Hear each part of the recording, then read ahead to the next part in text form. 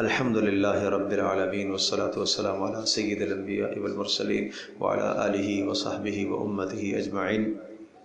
اللہم ارحمنا بالقرآن العظیم واجعلہ لنا اماما ونورا وہدی ورحمہ۔ اللہم ذکرنا منہ ما نسینا وعلمنا منہ ما جہلنا وارزقنا تلاوتہ آناء اللیل واطراف النہار واجعلہ لنا حجتا یا رب العالمین۔ اے اللہ ہماری اس مجلس کو قبول فرما، اے اللہ ان بزرگوں کا، جوانوں کا آنا اپنی بارگاہ میں قبول فرما، اے اللہ ماؤں بہنوں بچیوں کا آنا اپنی بارگاہ میں قبول فرما، اے اللہ سب کو قرآن کے نور سے مالا مال فرما، اے اللہ سب کو قرآن مقدس کے نور سے مالا مال فرما، اے اللہ یہ بھولا ہوا سبق ہمیں سیکھنے کی توفیق عطا فرما،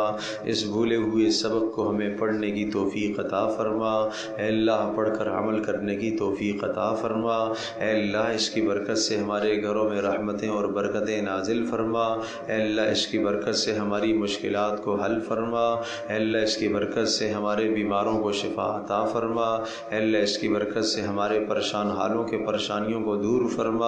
اے اللہ اس کی برکت سے ہمارے مقروضوں کے قرضوں کو ادا فرما، اے اللہ اس کی برکت سے ہمارے گھروں میں جن بچوں کے رشتے نہیں ہوئے ہیں اے اللہ ان کے رشتے مقدر فرما، اے اللہ جہاں رشتے ہو چکے ہیں آپس میں محبتیں عطا فرما، اے اللہ اے اللہ اے اللہ جوانوں کو اپنے ماں باپ کا فرما بردار بنا، اے اللہ بچیوں کو اپنی ماں کا باپ کا فرما بردار بنا، اے رحم الراحمین ہر فتنے سے ہر شر سے بے حیائی سے جوانوں کی حفاظت فرما، اے اللہ میڈیا کے فتنوں سے انٹرنیٹ کے فتنوں سے جوان بچوں کی بچیوں کی تو حفاظت فرما، اے اللہ ان کی نظروں میں پاک دامنی عفت عطا فرما، اے اللہ ان کی نظروں میں پاک دامنی اور عفت عطا فرما، ان کے کانوں میں بھی پاک دامنی عطا فرما، ان کی زبانوں پر بھی پاک دامنی نصیب فرما، ان کے دلوں کو بھی اے اللہ پاک و صاف فرما، اے اللہ کفر سے نفاق سے شکوک شبہات سے ناجائز محبتوں سے ان کے دلوں کو پاک فرما، اے اللہ تو دلوں کے حالات کو جانتا ہے، تو علیم بذات الصدور ہے، اے اللہ ہمارے دلوں میں کیا کچھ بھرا ہے تو جانتا ہے، اے اللہ اپنے فضل سے اس قرآن کی برکت سے ہمارے دلوں کو پاک فرما، اے اللہ ہمارے دلوں کو پاک کر کے اپنی محبت کو پیدا فرما،